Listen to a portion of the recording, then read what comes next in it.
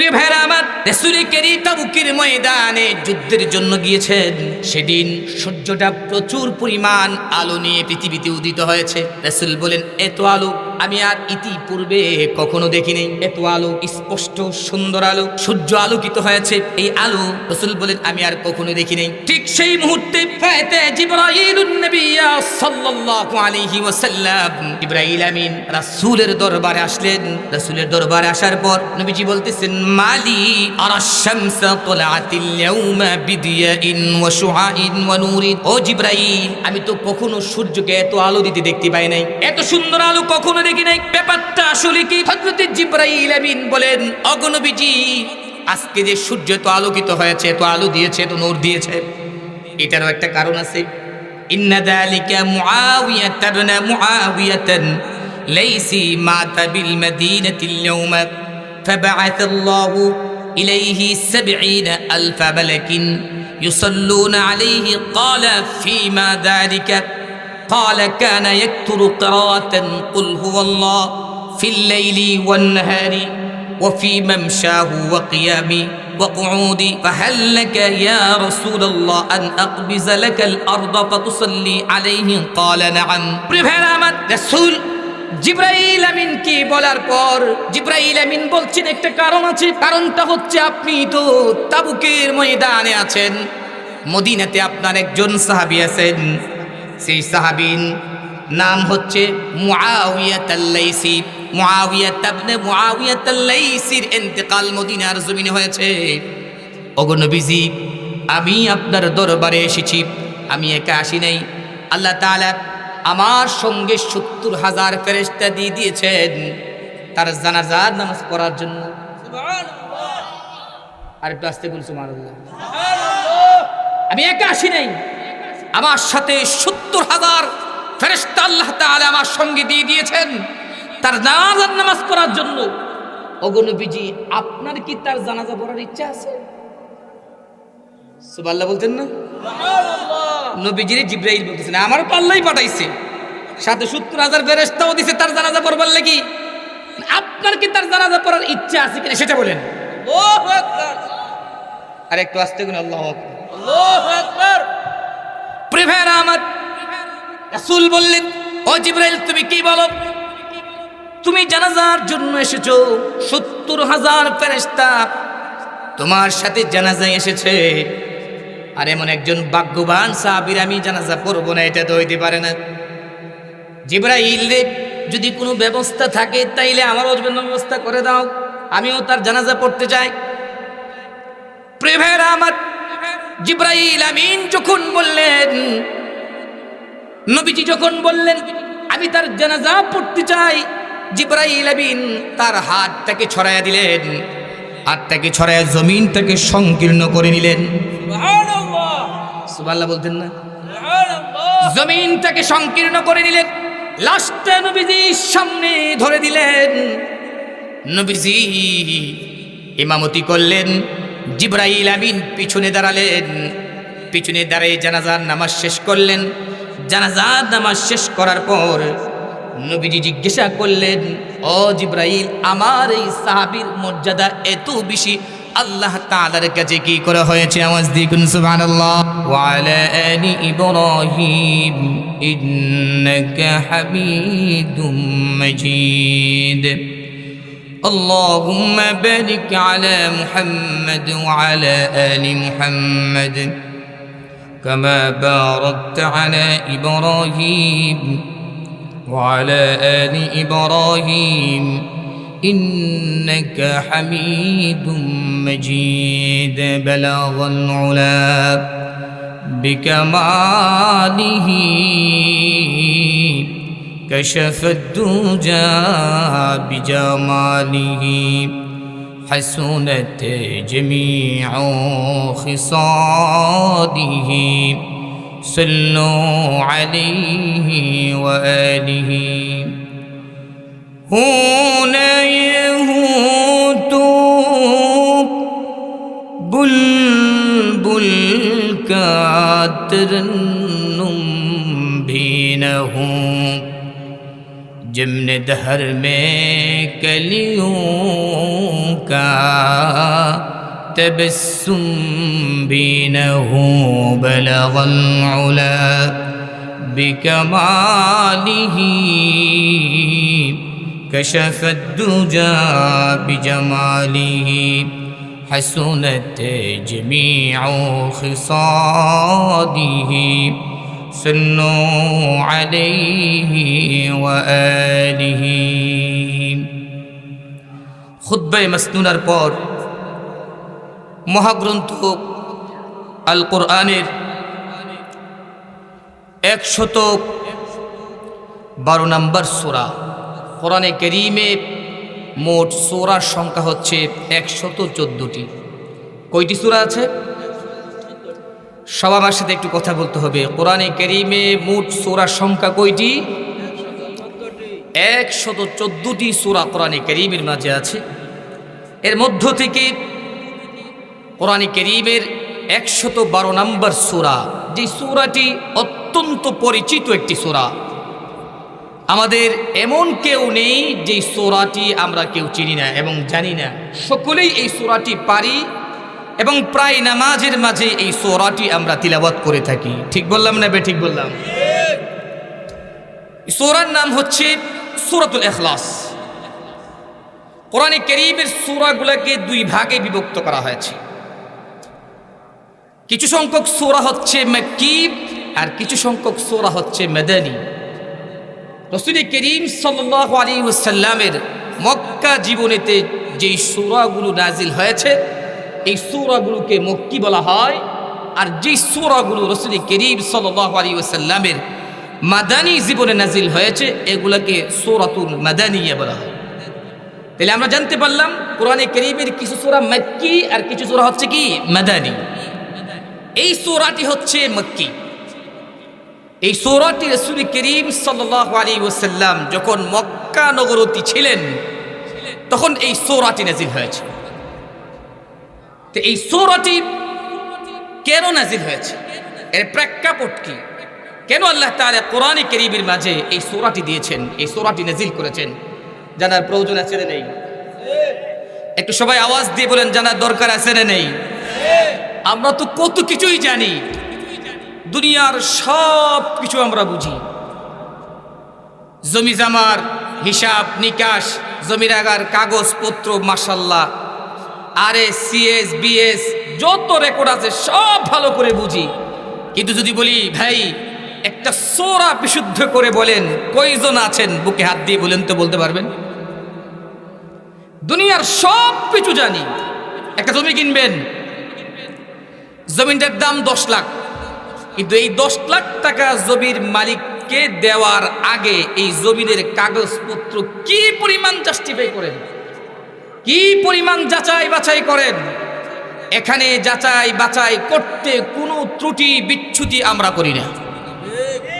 যদি কোনো রেকর্ডের মাঝে ভুলবশত কোনো নাম অন্য নাম চলে আসে, আরে সিএস সব ঠিক আছে, বিএসসি গিয়ে ভুল হয়েছে, তো বিএস ঠিক আছে, আরও ঠিক আছে, সিএসসি গিয়ে ভুল হয়েছে, আপনি কিন্তু এই 10 লাখ টাকা আর আপনি মালিককে দিবেন না। ঠিক বললাম মানে ঠিক বললাম? দুনিয়ার ক্ষেত্রে এত কিছু বুঝি, এত জাস্টিফাই করি। বাজার থেকে মাছ আনবেন, মাছগুলো টিপা টিপা আমরা দেখি মাছগুলো ভালো আছে না নেই। 10 টাকা দিয়ে একটা পাতিল কিনবেন, এই পাতিলটারে টুকা দিয়ে আমরা দেখি এই পাতিলটা ভালো না খারাপ। 10 টাকার ব্যাপারে এত সতর্ক, 100 টাকার ব্যাপারে এত সতর্ক, 200 টাকার ব্যাপারে এত সতর্ক, কিন্তু ঈমানের বেলা আমাদের কোনো জাস্টিফাই নেই। ঈমানের বেলা কোনো জাস্টিফাই নাই। ঈমানের দাম কি 10 টাকা? ঈমানের দাম কি কোটি টাকা? হাদিস শরীফের মধ্যে আসছে ঈমানের যে কালিমা লা ইলাহা ইল্লাল্লাহু মুহাম্মাদুর রাসূলুল্লাহ। প্রিয় আমার, আল্লাহ তাআলা কাল হাসরের কঠিন ময়দানে গোটা পৃথিবীকে এক পাল্লায় রাখবেন। গোটা পৃথিবীতে যা কিছু আছে সব কিছু এক পাল্লায় রাখবেন, ঈমানের কালিমাটাকে আরেক পাল্লায় রাখবেন। গোটা পৃথিবীর যে পাল্লাটা, এই পাল্লাটা হালকা হয়ে যাবে, ঈমানের পাল্লাটা ভারী হয়ে যাবে। আওয়াজ দিয়ে কোন সুবহানাল্লাহ। গোটা পৃথিবীর চাইতে অনেক দামি শুধু কালিমা নয়, এই কালিমাটা যে পড়েছে ঈমানের সাথে, ইখলাসের সাথে, এই কালিমা যে একবার পড়েছে, এই কালিমাওয়ালাকে শুধু এই পৃথিবী নয়, 10টা পৃথিবীর সময় আল্লাহ তাআলা একটা জান্নাত দান করবেন। সুবহানাল্লাহ। তাহলে ঈমানের বেলা আমরা কি জাস্টিফাই করেছি? সব কিছুর ব্যাপারে আমাদের জাস্টিফাই আছে, ঈমানের বেলায় আমাদের কোনো জাস্টিফাই নেই। ঈমানের বেলায় আমাদের কোনো যাচাই বাছাই নেই, যে যেদিকে বলে এদিকে দুর্বল না। ভাই, আল্লাহ তাআলা আপনাকে একটা মেধা দিয়েছেন। ও ভাই, ঈমান, কোরআন, সুন্নাহ একটু রাখলাম, আল্লাহ তাআলা এটার আগেও আপনাকে একটা মেধা দিয়েছেন। কোনটা ভালো কোনটা খারাপ প্রত্যেকটা মানুষকে আল্লাহ তাআলা যাচাই করার যোগ্যতা দিয়েছেন কি দিয়েছেন না? তাহলে এখানে কি কেন জাস্টিফাই করিনি? এজন্য আমরা জানবো কোরআনে কারীমের সূরাতুল ইখলাস, এটা সকলের পরিচিত একটি সূরা। এই সূরাটি কেন আল্লাহ তাআলা নাযিল করেছেন? হযরতে শানে নুজুল বলছি, উবাই ইবনে কাব রাদিয়াল্লাহু তাআলা আনহু থেকে বর্ণিত, তিনি বলেন, আন্নাল মুশরিকিনা ক্বালু লিন-নবী সাল্লাল্লাহু আলাইহি ওয়াসাল্লাম আনসিব লানা রাব্বাকা ইয়া মুহাম্মদ فأنزل الله تعالى سورة الإخلاص। প্রিয় আমার, আল্লাহর নবী সাহাবী হযরত উবাই ইবনে কাব রাদিয়াল্লাহু তাআলা আনহু থেকে বর্ণিত, তিনি বলেন, একদল মুশরিকেরা রাসূলের দরবারে আসলেন। রাসূলের দরবারে এসে বললেন, ও মুহাম্মদ, তুমি যে রবের দাওয়াত দাও, তুমি যে রবের কথা বলো, এ রবের বংশ সিলসিলা আমাদের কাছে বর্ণনা করো। যদি বংশ সিলসিলা বর্ণনা করতে পারো, তাহলে আমরা সকলে মিলে তোমার রবের ইবাদত করব। আওয়াজ দিয়ে কোন নাউজুবিল্লাহ। আমাদের রবের কোনো বংশ আছে নাকি? আমাদের রবের কোনো ছেলে মেয়ে আছে নাকি? আল্লাহ তাআলা তখনই এই সূরাটি নাযিল করলেন, কুল হুয়াল্লাহু আহাদুনিল্লাহুস সামাদু লাম ইয়ালিদ ওয়া লাম ইউলাদ ওয়া লাম ইয়াকুল লাহু কুফুয়ান আহাদ। আল্লাহ বলেন, হে নবী, আপনি বলে দিন, তিনি আল্লাহ, যিনি একক এবং অদ্বিতীয়। আল্লাহুস সামাদ, যিনি অমুখাপেক্ষী। লাম ইয়ালিদ, যিনি কাউকে জন্ম দেননি। ওয়া লাম ইউলাদ, কারো কাছ থেকে জন্ম হননি। ওয়া লাম ইয়াকুল লাহু কুফুয়ান আহাদ, যার সমকক্ষ আর কেউ হতে পারে না। ঠিক না বিঠিক? এটা হচ্ছে একটা শানে নুজুল, যেটা তিরমিজি শরীফে এসেছে। আর অনেকগুলো শানে নুজুল আছে। আরেকটা শানে নুজুল আমি বলছি, হযরত জাবের রাদিয়াল্লাহু তাআলা আনহু থেকে বর্ণিত, তিনি বলেন, আন আরাবিয়ান জাআ ইলা নবী সাল্লাল্লাহু আলাইহি ওয়াসাল্লাম ফাকাল আনসিব লানা রাব্বাক ফাআনজালাল্লাহু তাআলা সূরাতুল ইখলাস। হযরত জাবের থেকে বর্ণিত, তিনি বলেন, একজন গ্রাম্য ব্যক্তি, সাদাসিধে ব্যক্তি, যে কিছুই বুঝে না, রাসূল করিম সাল্লাল্লাহু আলাইহি ওয়াসাল্লাম থেকে একত্ববাদের কথা শুনেছেন। সুবহানাল্লাহ বলতে ইচ্ছে করে না? অনেক অশিক্ষিত মানুষ আছে যারা উলামায়ে কেরামকে দেখলে, কোরআন সুন্নাহ সামনে থাকলে, এরা কোরআন সুন্নাহকে 100% সাপোর্ট করে থাকে। ঠিক না বেঠিক? এরা সমর্থন করে থাকে। এমন একজন গ্রাম্য ব্যক্তি রাসূলের দরবারে আসলেন, এসে বললেন, ও মুহাম্মদ, আমরা তো লাত এবং উজ্জাতের ইবাদত করি, তৃতীয়বাদকে আমরা বিশ্বাস করি, একত্ববাদকে আমরা বিশ্বাস করি না। আমরা তো বংশ সিলসিলা একের পর এক বর্ণনা করে থাকি। রব বলতে আমরা বুঝি অমুক থেকে তুমুক, তুমুক থেকে তুমুক। ও মুহাম্মদ, তোমার রবের কোনো বংশের সিলসিলা আছে কিনা সেটা একটু বর্ণনা করো। তখন আল্লাহ তাআলা জিবরাইল আমিনকে দিয়ে রাসূল করিম সাল্লাল্লাহু আলাইহি ওয়াসাল্লামের কাছে সূরাতুল ইখলাস দিয়ে পাঠাইলেন। আওয়াজ দিয়ে কোন আল্লাহু আকবার। এই সূরাটি খুবই ছোট্ট একটি সূরা, আয়াতের সংখ্যা মাত্র 4টি। কয়টি? আওয়াজ দিয়ে বলেন কয়টি? আয়াতের সংখ্যা মাত্র 4টি। যে কোনো ব্যক্তি চাইলে এটাকে মুখস্থ করতে পারেন, যে কোনো ব্যক্তি এটা পড়তে পারেন।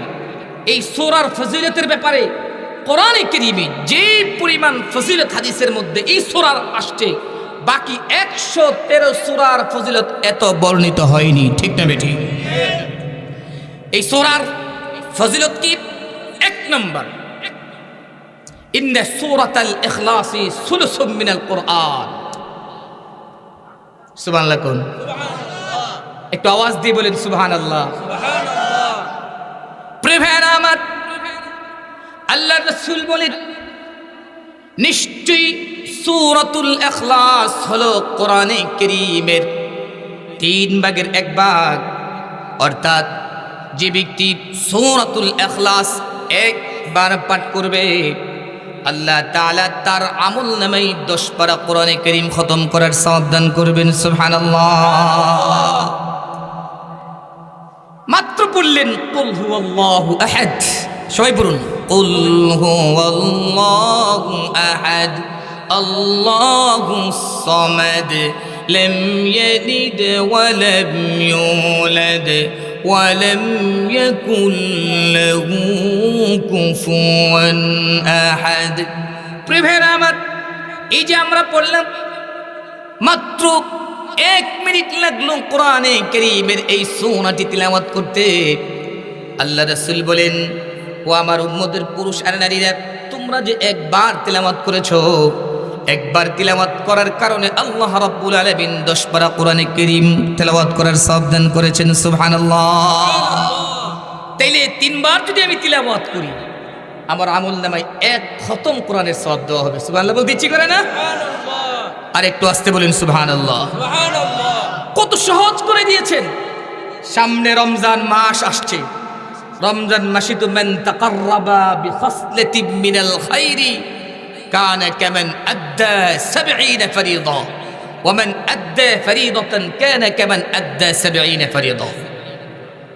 যে ব্যক্তি রমজান মাসে একটা নফল আদায় করবে, আল্লাহর রাসূল বলেন আল্লাহ তাআলা তার আমল নামায় একটা ফরজের সওয়াব দান করবেন। সুবহানাল্লাহ। সুবহানাল্লাহ কি বাড়িতে গিয়ে বলবেন? সুবহানাল্লাহ বললে লাভ না লস? তামলাউল মিজান মা বাইনাস সামাই ওয়াল আরদি। প্রিয়রা আমার, যে ব্যক্তি একবার সুবহানাল্লাহ আলহামদুলিল্লাহ আল্লাহু আকবার বলবে, আল্লাহ রাসূল বলেন আসমান এবং জমিনের যে ফাঁকা জায়গাটা আছে, আল্লাহ তাআলা নেক আমল দিয়ে ভরপুর করে দিবেন। সুবহানাল্লাহ।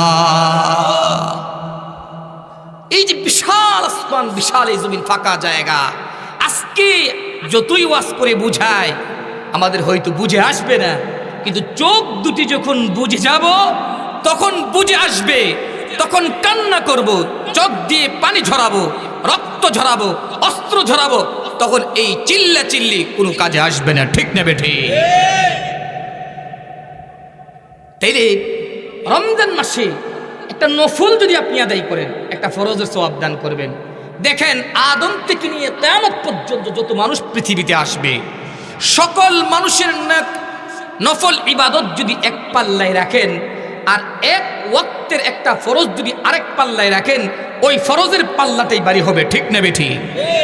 এই ফরজ আমল করার সুযোগ নফল পয়রাও ফরজের সওয়াব পাওয়া যায় একমাত্র রমজান মাসে। সুবহানাল্লাহ কোন?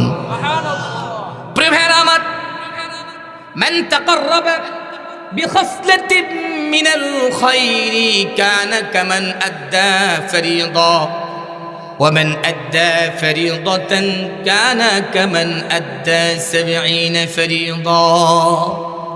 আল্লাহ রাসূল বলেন, যে ব্যক্তি রমজান মাসে একটা নফল আদায় করবে, আল্লাহ তাআলা তার আমল নামে একটা ফরজের সওয়াব দান করবেন। আর যে ব্যক্তি রমজানে একটা ফরজ আদায় করবেন, আল্লাহ তাআলা তার আমল নামে 70টা ফরজের সওয়াব দান করবেন। সুবহানাল্লাহ। তে রমজান মাসে যদি সূরাতুল ইখলাস আমি 3 বার পাঠ করি, আল্লাহ তাআলা আপনার আমার আমল নামে 70টা খতমের সওয়াব দান করবেন। ঠিক না বেটি? কত সহজ, জান্নাতে যাওয়া সহজ, জাহান্নামে যাওয়া কঠিন। ঠিক না বেঠি? জান্নাতে যাওয়ার পদ্ধতি আল্লাহ সহজ করে দিয়েছেন, রাসূলুল্লাহ সহজ করে বাতিয়ে দিয়েছেন, কিন্তু জাহান্নামে যেতে হলে এটা কঠিন। নাফরমানি করতেইব, মদ খাইতেইব, জুয়া খেলতেইব, নারীবাজি করতেইব, টেন্ডারবাজি করতেইব, বাটপারি করতেইব, সিটারি করতেইব। এগুলো সহজ না কঠিন? যে বাটপারি এত সহজ না, অনেক কঠিন। চোখ কান সব কিছু খোলা রেখে বাটপারি করতে হয়, সিটারি করতে হয়। ঠিক বললাম না ঠিক বললাম? প্রিভের আমার এই সূরার ফজিলতের ব্যাপারে আয়েশা রাদিয়াল্লাহু তাআলা আনহা থেকে একটা হাদিস বর্ণিত হয়েছে। আন্নান নবী সাল্লাল্লাহু আলাইহি ওয়াসাল্লাম বা'আথা রাজুলান আলা সারিয়াতিন ওয়া কানা ইয়াকরাউ লিআসহাবিহি ফি সালাতিহিম ফায়াখতিমু বিকুল হুয়াল্লাহ ফালাম্মা রাজাউ ذكروا ذلك للنبي صلى الله عليه وسلم فقال سلوه لأي شيء يصنع ذلك আম্মা জি আয়েশা সিদ্দিকা থেকে বর্ণিত, আল্লাহর রাসূল একটা দল যুদ্ধের ময়দানে পাঠাইলেন। তাহলে বোঝা যায় আল্লাহর রাসূল যুদ্ধ করছে কি করছে না? আর একটু আস্তে কোন করছে কি করছে না? জিহাদের ময়দানে নিজে নেতৃত্ব দিয়েছেন। তিনি তার জীবনে যুদ্ধের ময়দানে গিয়েছেন, মানে হচ্ছে যেখানে দোয়া দরকার দোয়া চলবে, যেখানে নামাজ দরকার নামাজ চলবে, যেখানে ওয়াজ দরকার ওয়াজ চলবে, যেখানে নসিহত দরকার নসিহত চলবে, যেখানে লাঠি দরকার লাঠির ব্যবহারও করতে হবে। ঠিক না বেটি? যুদ্ধের ময়দানে তিনি পাঠালেন, সাহাবীদের বিরাট একটা দল তিনি পাঠিয়েছেন। সেখানে একজন সাহাবীকে ইমাম বানানো হয়েছে। সুবহানাল্লাহ বলতেন না? ইমামের নেতৃত্ব সকলকে চলতে হবে। সাহাবায়ে কেরাম যত জায়গায় গিয়েছেন, যুদ্ধের ময়দানে গিয়েছেন, রাসূল আমির নির্ধারণ করে দিয়েছেন এবং এই আমিরের নেতৃত্বেই সাহাবায়ে কেরাম চলেছেন। যেখানে আমিরের নেতৃত্বকে সম্মান করা হয়েছে সেখানেই সাহাবীদের বিজয় এসেছে। যেখানে আমিরের নেতৃত্বকে মানা হয় নাই, মানেনি, সেখানেই পরাজয় হয়েছে। ঠিক না বেটি?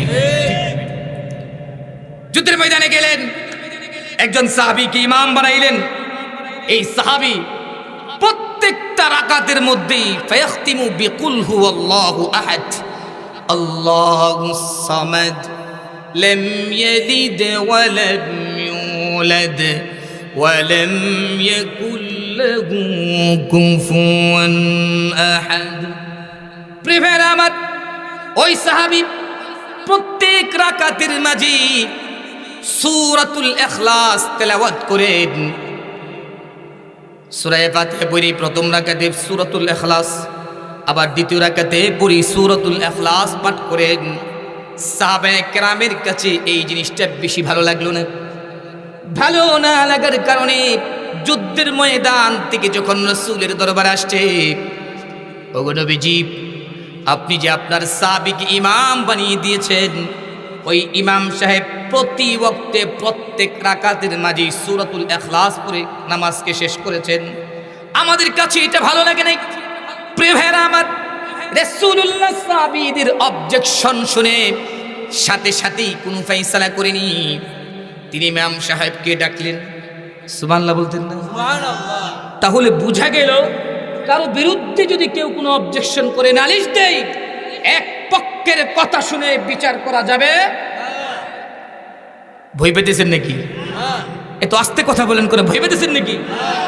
এক পক্ষের বিচার শুনে বিচার কার্য করা যাবে না। সামনাসামনি দুই পক্ষকে আনতে হবে। দুই পক্ষের কথা শুনে আপনাকে আমাকে বিচার করতে হবে। ঠিক না বেটি? আর যে সমস্ত বিচারকেরা, যে সমস্ত সর্দারেরা, যে সমস্ত মাতাব্বরেরা এক পক্ষের কথা শুনেই বিচার করে ফেরে, এদেরকে জাহান্নামে যেতে হবে। ঠিক না বেটি? নবীজি বললেন, তাহলে রাখো। কি সুন্দর ফয়সালা, প্রতি রাকাতি তেলাওয়াত করেছো। সাহাবী বললেন, উহিব্বু আন আকরাহা, আমি এই সূরাটা তেলাওয়াত করতে আমার কাছে ভালো লাগে, আমার খুব পছন্দের সূরা, আমার খুব মুহাব্বতের সূরা। ভালোবাসার টানে, মুহাব্বতের টানে এই সূরাটা আমি বারবার তেলাওয়াত করি। নবীজি বললেন, তোমরা তাকে বলে দাও এই সূরাকে মুহাব্বত আর ভালোবাসার কারণে আল্লাহ তাআলা তাকে ভালোবেসে নিয়েছেন। আওয়াজ দিয়ে বলুন সুবহানাল্লাহ। এই সূরার ভালোবাসার কারণে নবীজি সুসংবাদ দিয়েছেন, আখবিরু, তোমরা তাকে সুসংবাদ দাও, তোমরা তাকে বলে নিয়ে আসো এই সূরাকে মুহাব্বত করার কারণে স্বয়ং আল্লাহ রাব্বুল আলামিন আমার এই সাহাবীকে ভালোবেসে নিয়েছেন। আওয়াজ দিয়ে বলুন আল্লাহু আকবার। আল্লাহু আকবার। এই সূরার গুরুত্ব কম না বেশি? জোরে বলেন, কম না বেশি? এই সূরার ফজিলত সম্পর্কে কোরআনে কারীমের মাঝে হাদিস শরীফের মধ্যে আরেকটি ফজিলতের ব্যাপারে আসছে। আল্লাহর নবী সাহাবী হযরত আলা ইবনে মুহাম্মদ আস-সাকাফি রাদিয়াল্লাহু তাআলা আনহু থেকে বর্ণিত, সামি'তু আনাস ইবনে মালিক ইয়াকুল কুননা মা রাসূলিল্লাহি সাল্লাল্লাহু আলাইহি ওয়াসাল্লাম বিতাবুক। আল্লাহর নবীর এই সাহাবী বলতেছেন, আমি আনাস ইবনে মালিকের কাছ থেকে শুনেছি, তিনি বলেছেন যে আমরা একদিন রাসূলের সাথে তাবুকের ময়দানে, যুদ্ধের ময়দানে ছিলাম। সুবহানাল্লাহ বলতে ইচ্ছে করে না? সুবহানাল্লাহ। আগের হাদিস শুনেছি এটাও যুদ্ধের ময়দান থেকে, এখনের হাদিস যুদ্ধের ময়দান থেকে। আমরা কয়জন আছি যুদ্ধ করছি? হ্যাঁ, কয়জন আছি আমরা জিহাদ করছি? জিহাদ জিহাদ জিহাদ চাই, জিহাদ লাগলে আমরা নাই। ঠিক বললাম না? ঠিক বললাম? ও ভাই, জান্নাতে যাওয়ার সহজ এক আমল হচ্ছে জিহাদের ময়দানে গিয়ে শাহাদাতের অমীয় সুধা পান করা। সুবহানাল্লাহ। শাহাদাতের অমীয় সুধা যদি কারো ভাগ্যে জুটে যায়, তোমার জীবন সফল। ঠিক না বেঠি? সাহাবায়ে কেরাম নবীজির ডানে, নবীজির বামে, নবীজির সামনে, নবীজির পিছনে থেকে যুদ্ধের ময়দানে লড়াই করেছেন, নবীজিকে সাহস জুগিয়েছেন। ওগো আল্লাহর নবী, আপনি যদি বলেন পানিতে ঝাঁপ দিতে, পানিতে আমরা ঝাঁপ দিয়ে দিব। সুবহানাল্লাহ বলতে ইচ্ছে করে না? সুবহানাল্লাহ। সুবহানাল্লাহ বাইক গিয়ে কই ভাই তাক জমায়ে রাখেন, জুমার দিন কইলেন একসাথে। সাহাবায়ে কেরাম বলেছেন, ওগো আল্লাহর নবী, আপনি যদি বলেন আগুনে ঝাঁপ দিতে, আমরা আগুনে ঝাঁপ দিয়ে দেব। আপনি যদি বলেন সমুদ্রে ঝাঁপ দিতে, সমুদ্রে আমরা ঝাঁপ দিয়ে দিব, জীবন দিয়ে দেব, তাকে আপনাকে কষ্ট দিতে দেব না। আওয়াজ দিয়ে কোন আল্লাহু আকবার। আল্লাহু আকবার। তাইলে আল্লাহর নবী সাহাবী হযরত আনাস ইবনে মালিক থেকে আল্লাহর নবীর আরেকজন সাহাবী আলা ইবনে মুহাম্মদ তিনি শুনেছেন, তিনি বলেন, হযরত আনাস ইবনে মালিক বলেন, আমরা রাসূলের সাথে তাবুকের ময়দানে ছিলাম। فطلعت الشمس بضياء وشعاع ونور لم نرها طلعت فيما مضى بمثله فأتى جبرائيل النبي صلى الله عليه وسلم فقال يا جبرائيل ما لي أرى الشمس طلعت اليوم بضياء وشعاع لم أرها طلعت بمثله। প্রিয় ভাইরা আমার, রাসূল করিম তাবুকের ময়দানে যুদ্ধের জন্য গিয়েছেন।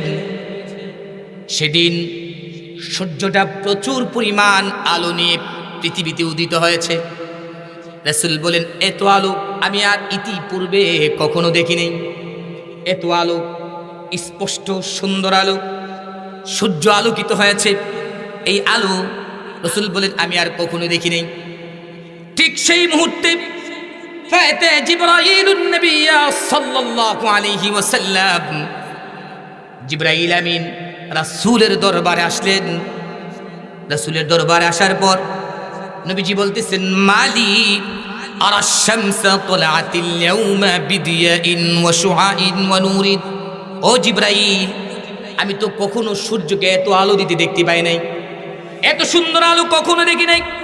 ব্যাপারটা আসলে কি?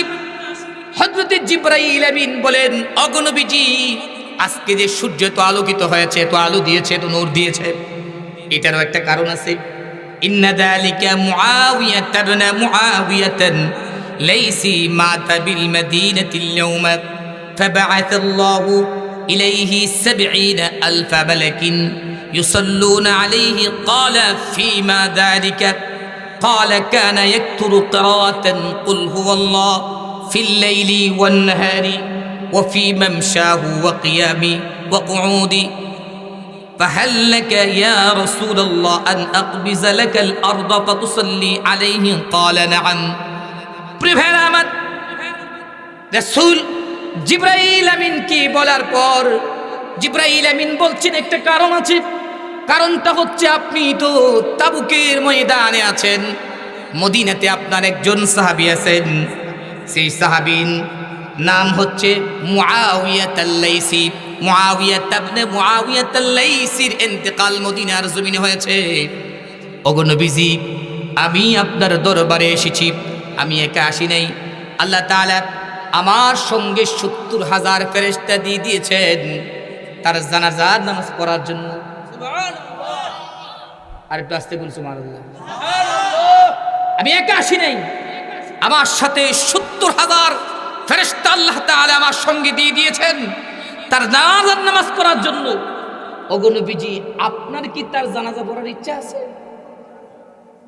সুবহানাল্লাহ বলতেন না সুবহানাল্লাহ নবীজির জিবরাইল বলতেছেন আমার তো আল্লাহই পাঠাইছে সাথে ৭০,০০০ ফেরেশতাও দিয়েছে তার জানাজা পড়বার লাগি আপনার কি তার জানাজা পড়ার ইচ্ছা আছে কিনা সেটা বলেন আল্লাহু আকবার আর একটু আস্তে করে আল্লাহু আকবার আল্লাহু আকবার প্রিভের আমার রাসূল বললেন ও জিবরাইল তুমি কি বলো তুমি জানাজার জন্য এসেছো ৭০,০০০ ফেরেশতা তোমার সাথে জানাজায় এসেছে আর এমন একজন ভাগ্যবান সাহাবীর আমি জানাজা পড়ব না এটা তো হইতে পারে না জিবরাইল রে যদি কোনো ব্যবস্থা থাকে তাইলে আমারও জন্য ব্যবস্থা করে দাও আমিও তার জানাজা পড়তে চাই প্রিভের আমার জিবরাইল আমিন যখন বললেন নবীজি যখন বললেন আমি তার জানাজা পড়তে চাই জিবরাইল আমিন তার হাতটাকে ছড়াইয়া দিলেন হাতটাকে ছড়াইয়া জমিনটাকে সংকীর্ণ করে নিলেন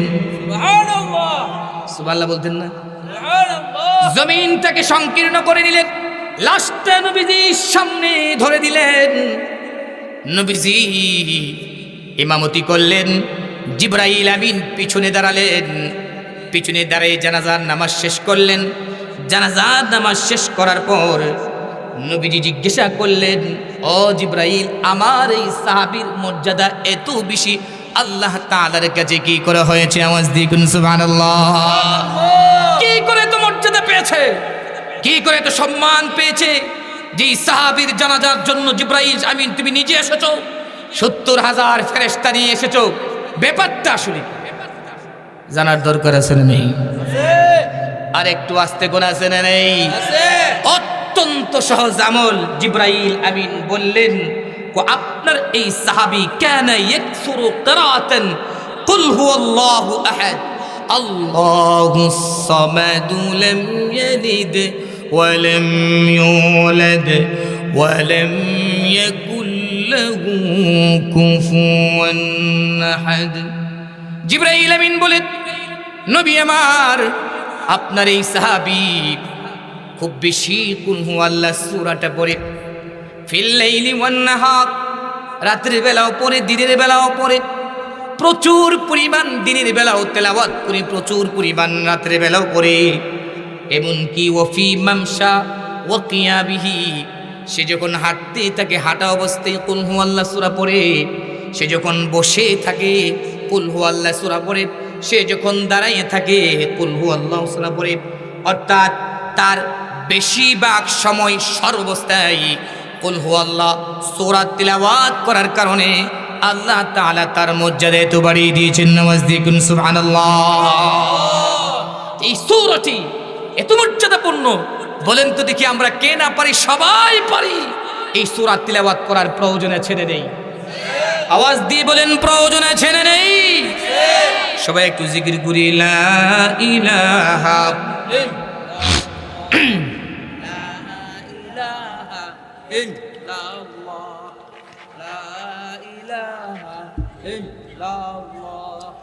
لا إله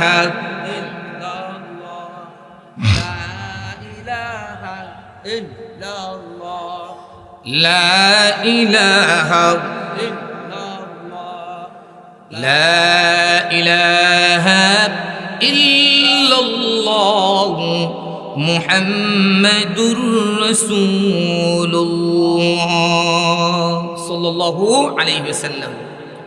ওফি রিওয়ায়াতিন, এই সূরার ফজিলত সম্পর্কে আরেকটি রিওয়ায়াতে আসছে, نزل جبرائيل على النبي صلى الله عليه وسلم فقال مات معاوية ابن معاوية الليثي فتحب أن تصلي عليه قال نعم فضرب بجناحه الأرض فلم تبق شجرة ولا أكمة। আরেকটি রিওয়ায়াতের মধ্যে আসছে জিবরাইল আমিন আসলেন, এসে মুআবিয়া ইবনে মুআবিয়া আল-লাইসির খবর আল্লাহ রাসূলের কাছে দিলেন, জিজ্ঞাসা করলেন আপনি কি জানাজা পড়তে চান? রাসূল বললেন হ্যাঁ আমি জানাজা পড়তে চাই। জিবরাইল আমিন তার হাত দিয়ে আঘাত করলেন, আঘাত করার পর তাবুক থেকে নিয়ে মদিনা পর্যন্ত যত গাছ গাছালি পাহাড় পর্বত যা কিছু ছিল সব কিছু জমিনের সাথে মিশায়া দিয়ে মুআবিয়া ইবনে মুআবিয়া আল-লাইসি লাশটা রাসূলের সামনে হাত দিয়ে ধরলেন, ওগো নবীজি আপনি জানাজা পড়েন, আপনার পিছনে আমি দাঁড়াচ্ছি, আওয়াজ দিয়ে কোন আল্লাহু আকবার। আল্লাহু আকবার, এই রিওয়ায়াত আল্লাহু আকবার, আল্লাহু আকবার, আল্লাহু আকবার। আচ্ছা অবশ্যই নিয়ে আসেন, বক্তা আসতেছে, আসলে আমি শেষ করে দেব। তিনি লাশটাকে ধরলেন, ধরার পর জিবরাইল আমিন পিছনে দাঁড়ালেন, রাসূলের ইমামতি করলেন। এই রিওয়ায়াতের মধ্যে আসছে ওয়া খালফাহু সাফফান মিনাল মালাইকা ফি কুল্লি সাফফিন ৭০,০০০ মালাকিন فقال النبي صلى الله عليه وسلم يا جبرائيل بما نال هذه المنزلة من الله تعالى قال بحبه قل هو الله আওয়াজ দিয়ে কোন আল্লাহু আকবার। প্রিয় ভাইরা আমার, এই রিওয়ায়াতের মধ্যে আসছে রাসূলের পিছনে জিবরাইল আমিন রাসূলের ইমামতিতে জানাজার নামাজ পড়লেন। এরপরে রিওয়ায়াতের মধ্যে আসছে রাসূলের পিছনে দুই কাতার ছিল, প্রত্যেক কাতারের মধ্যে ৭০,০০০ ফেরেশতা ছিল। সুবহানাল্লাহ বলতেন না? রাসূলের পিছনে দুই কাতার হয়েছে, এক এক কাতারে ৭০,০০০ ফেরেশতা ছিল। তাহলে বলুন তো দেখি দুই কাতারে কি পরিমাণ ফেরেশতা? ১,৪০,০০০ ফেরেশতা। নবীজি জানাজা শেষ করার পর জিজ্ঞাসা করলেন বিমান আলা হাদিহিল মানজিলা, এত মর্যাদা কি করে পেয়েছে? জিবরাইল আমিন বলেন আপনার এই সাহাবী সূরাতুল ইখলাসকে মহব্বত করত, ভালোবাসতো, বেশি বেশি তেলাওয়াত করত, এই জন্য আল্লাহ তাআলা তার মর্যাদা বাড়িয়ে দিয়েছেন। নামাজ দিয়ে গুন সুবহানাল্লাহ। এই হচ্ছে সূরাতুল ইখলাসের মর্যাদা। এটার মর্যাদা ফজিলতের কোনো শেষ নেই। 10 বার পড়লে আল্লাহ তাআলা বানাল্লাহু বাইতান ফিল জান্নাহ, 10 বার যদি তেলাওয়াত করে আল্লাহ তাআলা জান্নাতে একটা বাড়ি তৈরি করে দিবেন। সুবহানাল্লাহ। এটা কি ঢাকা গুলশানের বাড়ি? এটা কি আমেরিকার বাড়ি? এটা কি বাংলাদেশের পূর্বাঞ্চলের বাড়ি? গোটা পৃথিবীর সব কিছু যদি আপনি দিয়ে দেন, সব কিছুর বিনিময়ে জান্নাতের 1 ইঞ্চি মাটি কিনা সম্ভব হবে না, ঠিক না বেটি? এত দামি জায়গা। ও 10 বার তিলাওয়াত করলে আল্লাহ তাআলা জান্নাতে একটা বালাখানা তৈরি করে দিবেন, একটা বাড়ি তৈরি করে দিবেন। 20 বার যদি তিলাওয়াত করেন আল্লাহ তাআলা জান্নাতে 2টা বাড়ি তৈরি করে দিবেন। 30 বার যদি তিলাওয়াত করেন আল্লাহ তাআলা জান্নাতে 3টা বাড়ি তৈরি করে দিবেন। আওয়াজ দিয়ে কোন আল্লাহু আকবার। আল্লাহু আকবার। ফজিলত শুনলাম, বেশি বেশি তিলাওয়াত করার চেষ্টা করব। এখন আসি আল্লাহ তাআলা এই সূরার মধ্যে কি বিষয় আলোচনা করেছেন। এই সূরার মাঝে আল্লাহ তাআলা একত্ববাদের আলোচনা করেছেন। একত্ববাদ অত্যন্ত গুরুত্বপূর্ণ এক বিষয়। ঈমান আনার সর্বপ্রথম যে সত্য সেটা হচ্ছে আপনাকে একত্ববাদ বিশ্বাস করতে হবে, ঠিক না বেটি? এই সূরার মাঝে একত্ববাদের আলোচনা করতে গিয়ে যার ইবাদত করা হবে, যার বন্দি করা, যিনি রব হবেন, যাকে আমি সিজদা করব, যার বিধান চলবে, যার বিধান অনুযায়ী আপনাকে আমাকে চলতে হবে, তার 4টা গুণ থাকতে হবে। কয়টা গুণ? আওয়াজ দিয়ে বলেন কয়টা গুণ? 1 নম্বর গুণ কুল হুয়াল্লাহু আহাদ। নবী হে আপনি বলুন তিনি আল্লাহ, যিনি একক এবং অদ্বিতীয়, তার সাথে কোন শরীক আছে নাকি? এক। এতে কোনো সন্দেহ আছে নাকি? জোরে বলেন সন্দেহ আছে নাকি? মা তা'বুদুনা মিন দুনিহি ইল্লা আসমাআন সাম্মাইতুমুহা আনতুম ওয়া আবাউকুম মা আনজালাল্লাহু বিহা মিন সুলতান ইনিল হুকমু ইল্লা লিল্লাহি আমারা আল্লা তা'বুদু ইল্লা ইয়াহু যালিকাদ-দীনুল কাইয়্যিম ওয়ালাকিন الناس لا يعلمون আল্লাহ বলেন মা তা'বুদুনা মিন দুনিহি ইল্লা ইসমাআ। এই মানুষগুলো মক্কার মুশরিকরা তারা যার ইবাদত করছে তারা নিজেরা তাদের বাপ দাদারা নাম দিয়েছে, নাম দিয়ে তাদের বন্দি করছে। আল্লাহর ইবাদত ছাড়া অন্যের ইবাদত তারা করছে, নিজেদের নাম দেওয়া, নিজেদের নাম দেওয়া। লাত এবং উজ্জাতের নাম তারা নিজেরা দিয়েছে। ঠিক না বেঠিক? জোরে বলেন ঠিক না বেঠিক? মানজালাল্লাহু বিহা মিন সুলতান। এবং লাত এবং উজ্জাতের ব্যাপারে কোনো দলিল আদিল্লা তাদের কাছে নেই, কোনো প্রমাণ নেই। লাত এবং উজ্জাতকে সেজদা করা হবে, লাত এবং উজ্জাতের ইবাদত করা হবে, তার কোনো দলিল প্রমাণ আছে নাকি? জোরে বলেন কোন দলিল প্রমাণ আছে নাকি? ইনিল হুকমু ইল্লা লিল্লাহ। হুকুম চলবে কার? জোরে বলেন হুকুম চলবে কার? বিধান চলবে কার? একত্ববাদ, এটাকে বিশ্বাস করতে হবে। এই বিশ্বাস যদি আপনার না থাকে, আল্লাহ এক, এটা যদি আপনার বিশ্বাস না থাকে, সবকিছু করার মালিক কে? জোরে বলেন সবকিছু করার মালিক কে? ক্ষমতা দেওয়ার মালিক কে? ক্ষমতা নেওয়ার মালিক কে? ক্ষমতা একবার তিনি ফুলের মালা পরায়া দেখেন, ক্ষমতার অপব্যবহার করে না, ক্ষমতার সঠিক ব্যবহার করে। যদি সঠিক ব্যবহার করে আল্লাহ তাআলা ক্ষমতার মধ্যে তারে রেখে দেন, আর ক্ষমতার অপব্যবহার করলে জুতা দিয়ে পিটাইয়া আল্লাহ তাআলা তাকে নামায়া দেন। ঠিক না বেঠে? এজন্য একত্ববাদকে বিশ্বাস করতে হবে, তাওহীদের কথা বিশ্বাস করতে হবে।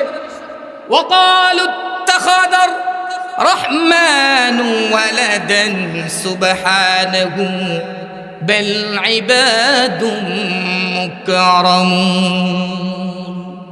তারা আল্লাহর সাথে তারা বলে আল্লাহর ছেলে আছে। আল্লাহর কি ছেলে আছে নাকি? যদি বলেন ছেলে আছে নাকি? যার ছেলে থাকবে তিনি তো রব হওয়ার কোন যোগ্যতা তার নেই। ছেলে যার আছে তার কোন রব হওয়ার যোগ্যতা তার নাই, সেজদা পাওয়ার মালিক সে হতে পারে না। ঠিক না বেটি? আল্লাহ বলেন সুবহানা, তিনি তো এগুলো থেকে পুত পবিত্র। তার কোনো ছেলে নেই, তার কোনো মেয়ে নেই, তার কোনো স্ত্রী নেই। তিনি সবার থেকে আলাদা। তিনি আগে ছিলেন, এখনো আছেন, ভবিষ্যতেও থাকবেন। হুয়াল আউয়ালু ওয়াল আখিরু ওয়াজ যাহিরু ওয়াল বাতিন ওয়া হুয়া বিকুল্লি শাইইন আলিম। তিনি প্রথম, তিনি শেষ, তিনি প্রকাশ্য, তিনি অপ্রকাশ্য, তিনি সব কিছুর ব্যাপারে অবগত আছেন না নেই? এই তাওহীদ এবং একত্ববাদকে, মুসলমানদের তাওহীদ এবং একত্ববাদকে, মুসলমানের দিল থেকে তাওহীদকে সরানোর এই বাংলাদেশের সবচেয়ে বড় যে সমস্যা, সেটা হচ্ছে মাজার। ঠিক না বেঠি? একত্ববাদ, এটা যদি কারো নষ্ট হয়ে যায়, আপনার নামাজ কোনো কাজে আসবে না। এটা যদি নষ্ট হয়ে যায়, আপনার রোজা কোনো কাজে আসবে না। আপনার দান দক্ষিণা, ইবাদত বন্দেগী, ইবাদত করতে করতে কপালে যদি কর ফেলে দেন, হাতে যদি দাগ ফেলে দেন, সেজদার জায়গায় যদি দাগ ফেলে দেন, আপনার হাঁটু যদি দাগ পড়ে যায়, আপনার এই ইবাদত হাসরের ময়দানে মরিচিকার মতো। ঠিক না বেটি? এজন্য ইবাদতের ক্ষেত্রে শিরিকের সবচেয়ে বড় যে সমস্যা, সেটা হচ্ছে মাজার। এই মাজারে গিয়ে যে আপনি সেজদাটা মারেন, বাবারে বলেন বাবা ছেলে একটা ছেলে দেন, ইমান আছে না গেছে? যদি বলেন ইমান আছে না গেছে? আমাদের ইমান, আপনার অর্থ সম্পদ চুরি হয়ে গেছে, এটার একটা পরবর্তী সময় এটাকে আপনি ব্যবস্থা করতে পারবেন। কিন্তু ইমান যদি চুরি হয়ে যায়, ইমান যদি নষ্ট হয়ে যায়, এই ইমানকে আর আপনি আনতে পারবেন না। ঠিক না বেটি? এটা হচ্ছে ইমান চুরির দল। ইমান চুরি করে নিচ্ছে আমাদের সর্বসাধারণের, ইমান চুরি হয়ে যাচ্ছে। আপনি আমি টেরও পাচ্ছি না। বাবার কাছে গিয়ে বলছি, বাবা আমার একটা ছেলে নেই, আমার একটা ছেলে দেন। আমার মেয়ে নেই, আমার একটা মেয়ে দেন। আল্লাহ আমার একটা সম্মান, আমার বাবা আমার একটা সম্মানের ব্যবস্থা করে দেন। ব্যবসার মাঝে কোনো উন্নতি নেই, উন্নতির ব্যবস্থা করে দেন। আল্লাহ চাকরি নেই, একটা বাবা চাকরি নেই, চাকরির একটা ব্যবস্থা করে দেন। ইমান আছে না গেছে? জুড়ে বলেন ইমান আছে না গেছে? শিরিক তিন ধরনের: শিরিক ফিজ জাত, শিরিক ফিজ সিফাত, শিরিক ফিল ইবাদাত। শিরিক ফিজ জাত মানে সরাসরি আল্লাহর সত্তার সাথে কাউকে শরীক করা। ভালো করে শুনবেন, অত্যন্ত গুরুত্বপূর্ণ কথা। শিরিক তিন ধরনের: শিরিক ফিজ জাত, আল্লাহর সাথে একথা বলা যে আল্লাহর ছেলে আছে, এ কথা বলা আল্লাহর মেয়ে আছে, এ কথা বলা আল্লাহর স্ত্রী আছে, এ কথা বলা আল্লাহর সন্তান আছে, এ কথা বলার সাথে সাথে আপনার ঈমান চলে যাবে, ঠিক না বেটি? وقالت اليهود عزير ابن الله وقالت النصارى المسيح ابن الله। প্রিয় ভাইরা আমার, জগতের ইহুদিরা তারা উজাইরকে আল্লাহর ছেলে বলে। আল্লাহর ছেলে বলার কারণে এই ইহুদি জাতি গুমরা হয়ে গেছে, ঠিক না বেটি? এরা উজাইরকে কেন আল্লাহর ছেলে বলে? উজাইর আলাইহিস সালাতু ওয়াস সালামের যখন তিনি দীর্ঘদিন পর্যন্ত একটা পরীক্ষার মধ্যে ছিলেন, 100 বছর পরে তিনি যখন জীবিত হয়েছেন, জীবিত হওয়ার পর তৎকালীন সময়ের ইহুদিরা বললেন, তিনি যখন গিয়ে বললেন আমি তো তোমাদের উজাইর, তখন তাদের ধারণা ছিল তুমি যদি উজাইর হয়ে থাকো তাওরাত তো তোমার মুখস্থ থাকার কথা, তুমি যদি তাওরাত আমাদেরকে শুরু থেকে শেষ পর্যন্ত মুখস্থ করে শোনায় দিতে পারো, আমরা বুঝে নেব তুমি উজাইর, নতবা বুঝে নেব তুমি ভণ্ড উজাইর। হযরত উজাইর আলাইহিস সালাম শুরু থেকে নিয়ে শেষ পর্যন্ত তাওরাত সুন্দর করে শোনায় দিলেন। শুনিয়ে দেওয়ার পর তৎকালীন সময়ের ইহুদিরা বলতে শুরু করলো, তাওরাত যে শুরু থেকে শেষ পর্যন্ত শোনাইছে এ আল্লাহর ছেলে ছাড়া আর কেউ হতে পারে না। আওয়াজ দিয়ে কুন নাউযুবিল্লাহ। একথা বলার কারণে এরা গুমরা হয়ে গেছে, পথভ্রষ্ট হয়ে গেছে, পথহারা হয়ে গেছে, মুশরিক হয়ে গেছে। وقالت النصارى المسيح ابن الله ذلك قولهم بأفواههم يضاهئون قول الذين كفروا من قبل قاتلهم الله أنى يؤفكون। আর জগতের ইহুদিরা, জগতের নাসারারা এরা ঈসা ইবনে মারইয়ামকে আল্লাহর ছেলে বলে। নাউজুবিল্লাহ বলে। ঈসা ইবনে মারইয়ামকে আল্লাহর ছেলে নাকি? নাউজুবিল্লাহ বলে। নাউজুবিল্লাহি মিন যালিক। ঈসা ইবনে মারইয়ামকে আল্লাহ তাআলা দৃষ্টান্ত পেশ করার জন্য যে আমি আল্লাহ চাইলে বাবা ছাড়ো পৃথিবীতে সন্তান দিতে পারি, আল্লাহর এই ক্ষমতা আছে না নেই? আছে। আর একটু আস্তে কোন আছে না নেই? আছে। আল্লাহ এই দৃষ্টান্ত পেশ করার জন্য এই ক্ষমতা আমার আছে। আমি চাইলে স্বামী ছাড়া, আমি চাইলে স্ত্রী ছাড়া আমি সন্তান দেওয়ার ক্ষমতা আল্লাহর আছে না নেই? আছে। কিন্তু যখন স্বামী ছাড়া জন্ম যখন তার হয়েছে, বাবা ছাড়া পৃথিবীতে সে আসছে, তখন তারা নাসারারা বলতে শুরু করলো এ আল্লাহর ছেলে ছাড়া আর কেউ হতে পারে না। এই কথা বলার কারণে তারাও মুশরিক হয়ে গেছে, ঠিক না বেটি? আরেকটা হচ্ছে শিরিক ফিস সিফাত। শিরিক ফিস সিফাত হচ্ছে আল্লাহ তাআলার গুণের সাথে কাউকে অংশীদার করা।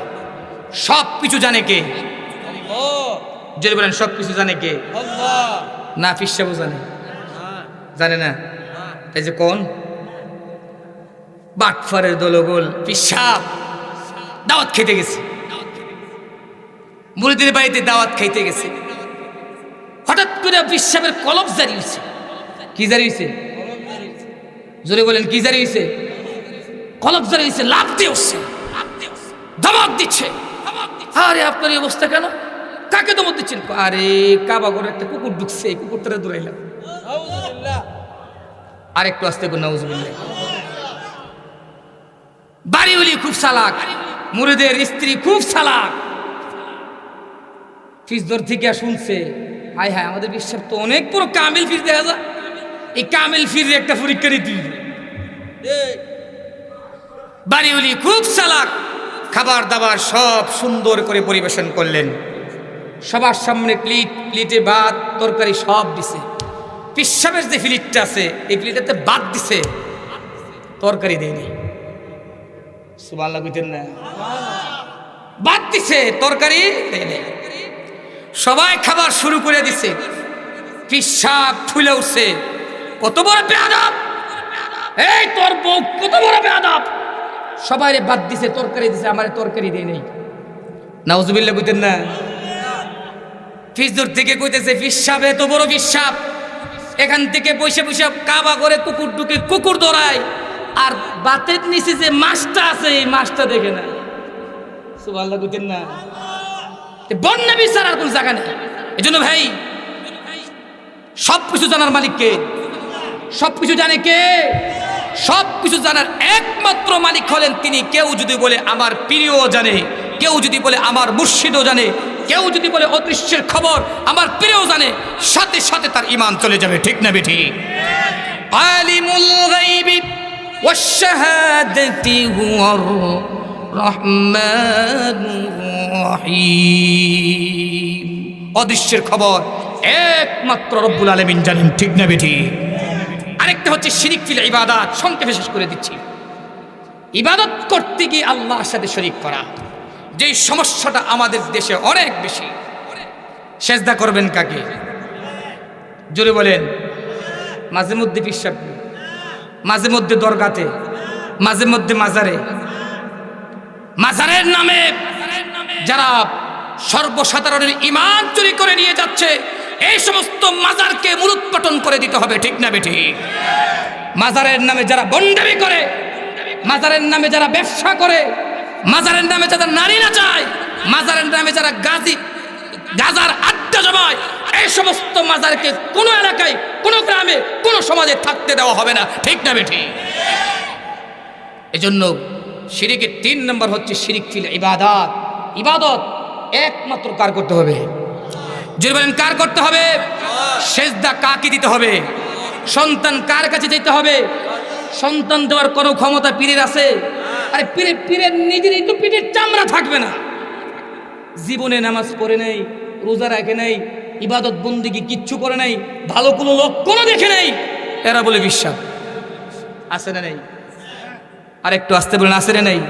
আচ্ছা, নামাজ না পড়ে কি পীর হওয়া যায়? নামাজ না পড়ে কি ভালো মানুষ হওয়া যায়? রোজা না রেখে কি ভালো মানুষ হওয়া যায়? গাঁজা খাইছে, সিগারেট টানছে, এই সমস্ত মানুষগুলা পীর হয় কি করে? আর পীর হইলেই কি কবরের মধ্যে ঘর করা যাবে নাকি? ভালো মানুষ হইলেই কি কবরে ঘর করা যাবে? নামাজি হইলে কি কবরের মধ্যে পাকা করা যাবে? জায়েজ নেই এগুলো। সুতরাং মাজারের নামে যারা বন্ডামি করবে, মাজারের নামে যারা মাজারকে সাজসজ্জা করবে, এই সমস্ত মাজারগুলোকে এখানে থাকতে দেওয়া হবে না। ঠিক না বেঠি? যদি বলা হয় এই সমস্ত মাজারগুলো থাকতে দেওয়া হবে না, আপনারা আমাদের সাথে আছেন তো? আর একটু আসতে কোন আছেন তো? না, জিহাদ জিহাদ জিহাদ চাই, জিহাদ লাগলে আমরা নাই। সবাই আছেন তো ইনশাআল্লাহ?